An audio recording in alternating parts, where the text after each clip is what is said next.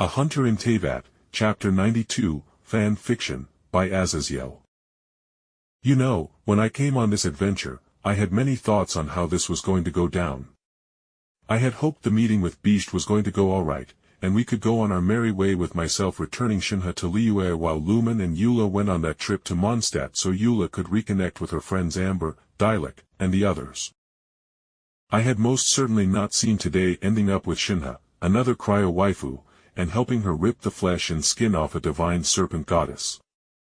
The scenario beyond the scene of us ripping the stuff off Beisht was comical and perverted in how we were doing the damn task as we tried to peel the snake goddess like we were deskinning any other snake or eel by pulling the flesh from the bottom to top.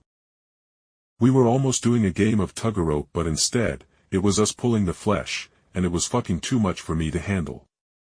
Shenhe, in her infinite wisdom, decided that 4 hands molded into 2 by us holding hands was the better option, with our bodies being all but pressed together as Shenhe stood in front of me with her plush backside being against my waist, and constantly pushing back into my waist with each harsh pull we made to deskin the snake. Just the thought of deskining a snake made me feel ill to my stomach when Shenhe was ignorantly all but playing fucking patty cake with her ass on my crotch as each jerk we made, inch foot of material we acquired was paid by her ass smacking into my groin. I was not a fucking masochist. But eventually, the task was done. I survived the experience of Shenhe unknowingly trying to break my damned hips without even letting me cop a feel. Shenhe gleefully took the large pile of serpent skin and scales, putting it into her spatial bag while I held on to Beisht's lesser dragon core in my hands, feeling something odd from it flowing into me. So does that mean we are done here now? I asked as I looked around, seeing the surrounding ocean was still frozen by Shenhe's powerful cryo-energy and would likely be frozen for the next few days, maybe even weeks, which just showed the dangers of powerful people fighting, as we had most assuredly destroyed the ecosystem in the area for miles around. At my question, Shenhe tilted her head to the side as though in thought before shrugging as she softly responded in her typical polite tone. That is up to you. I have acquired the materials which I desired. You have also been compensated for your time and efforts. I suggest we return to Karst so that I may inform my master of the events here, she said before pausing and speaking somewhat sheepishly. Though if you are open to a diversion, I would not mind it, as I am well aware this mission has gone poorly with how we unwittingly allowed ourselves to be poisoned by a goddess tainted by Celestia's erosion. Shenhe finished making me blink. And it all kind of fitted together. With the massive mood swings and the rampant aggression even in the face of certain death, Beisht was literally driven insane by the world's supernatural erosion aimed at deities and ageless beings. But disregarding that news, I paused and pondered over her question as to a diversion before shrugging. I mean, I have a couple of days before I need to return to Inazuma to receive my own tutelage from my master. I spoke unsurely as I made up a timetable in my head as to how things needed to go for me to get back to Inazuma a day early for me to actually start my training.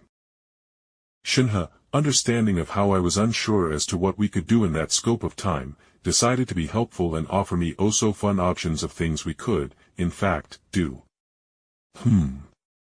We could pluck medicinal herbs atop the mountains of Liyue. Seeing my look of disbelief, she continued on with her voice turning a bit more excited as she spoke. Ah, I see, you wish for an adventure with more action to it. Liyue's many valleys have monsters and bandits that take on the name of heroes to fight for their ideals and vanity that we could slay and acquire their misbegotten goods, she offered. I slowly placed a hand upon my face and took a breath as I tried to silence the screaming part of my mind that was yelling about how Shenhe should have been ice-skate to a cultivation world so she could break it over her knee, as she was literally in the wrong damn universe. Alright, bandit hunting I can do, I said, exhaling with an amused sigh that made the slight tension leave Shenhe, with her face taking on her small soft smile at her successfully coming up with something we could do in order to waste some time so she didn't have to get chewed out by her master. So with Beisht's remains were thoroughly looted, with Shenhe promising to show me how to make snake bone soup. Surprisingly, snake bones are so flexible and prone to movement, allowing the bones to render down into a wonderful stock. Apparently, along with the bones being from a divine serpent, the soup would be, in Shenhe's words, An elixir worthy of the god's desire. I suggest we return to the mainland before we make camp, as this island will become cursed by the death of a divine within the next 24 hours, and staying here could infect us with that karma.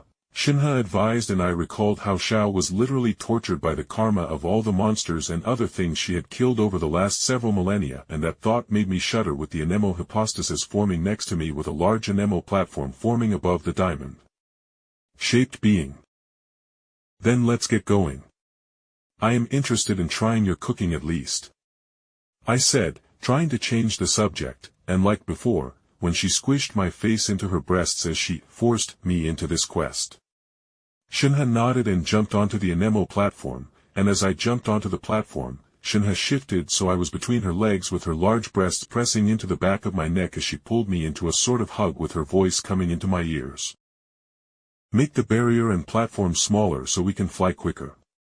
I am quite enthused at the feeling of cooking for you for some reason. She whispered with an odd light to her tone.